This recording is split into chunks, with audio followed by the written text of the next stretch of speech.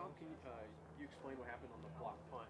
It's obviously it ended up coming back to you guys, but what happened on the Well, it's a lack of execution. We lost our eyes. We had one guy, basically ended up with two guys on the same guy. You got one guy free, and so it's lack of execution. And I put every mistake on me. It's a look that we need to see more. If you don't execute something, you need to see it more during the week, and so it's 100% on me. With Pat Shermer potentially out this weekend, do you take any other responsibilities? Probably not with the offense, but in terms of game management or anything? No, I don't. It'd be the same with Vic. Everything goes from me through Vic. I only just deal with Vic. I never deal with the offensive coaches. Coach, will Sam or Brandon take any special precautions just to be doubly sure for code reasons for Sunday? No question. 6 feet apart. And even in our meeting rooms, right now when we meet, I think we're about 20 feet apart. So they want to stay away from anybody outside of the building is the biggest thing we're trying to make sure they do on their own. Inside the building, they've done a great job, and I think the building's done a great job of protecting us, not just the specialists, but all the players. It's just concerning when there's a player that there's not a backup for. Exactly. As you know, if we lose Brandon, Sam's got to kick off, which he's done, but he has not kicked field goals. Brandon was a punter, I think many of you know, in college, and so he punts every Thursday for us and Wednesday. So there's preparation there. It's just the field goals that's going to be the one. PATs, I think Sam's good, and Rip does a nice job with holds. So we work it every week to answer that part of it. It looked like the Cowboys coaches were unaware of the rule where if it was blocked, went past the line of scrimmage. You guys were aware, obviously Jonas was, he made a play. Yeah, I think that they were aware, to give them credit. I think it's one of those deals where what it turns into is it turns into a 2-yard punt. So the field goals the week before they got blocked, you saw Justin getting us away from it, a Peter call. It was just a bam deal in their defense of their player that touched it. It was one of those where it happened so fast when he touched the ball. But you just treat him as if he's a returner, and he was 2 yards down the field. The play before that, they muffed a punt that was 60 yards down the field, and it's really the same situation.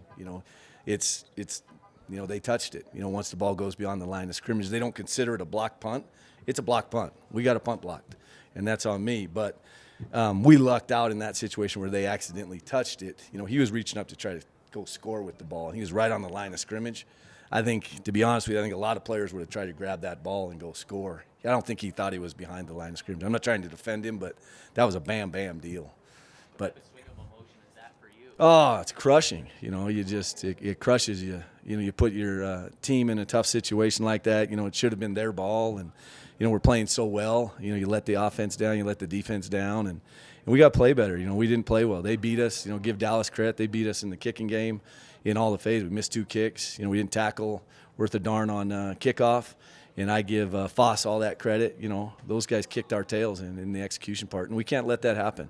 Especially when your offense is dominating, your defense is dominating. They shouldn't have to make up for us. Your special team should always be something you never even worry about. So that was a BS game, to be honest with you, on our part. We didn't play well enough, and that's on me. How tough is it? What kind of conversations do you have with Vic when he gets up there post game and says special teams took the week off? I know y'all talk about it anyway. Vic doesn't do that with me. He doesn't come in and take shots at me inside. We have really good conversations, and we look at it and we go fix it. There is no excuses. Those are the conversations that Vic and I have. Is there's no excuse, and we got to tackle better. Doesn't matter any situation. You focus on the task within a situation, and we got to play better. But those are the conversations I've had with Vic. I haven't had any of the other conversations with him. It's a week-to-week league, so how frustrating is it when you have a couple weeks where special teams in the conversation at all, and then it becomes one again? Well, it's frustrating because you let the team down. I don't look at it as anything as a personal thing, but when we let this team down, we're on a goal. We want to win every single game, and you take it one at a time. And so I take it personal when we've let them down, especially it could have turned into a really, really bad situation. Defense bailed us out on the first play of the game.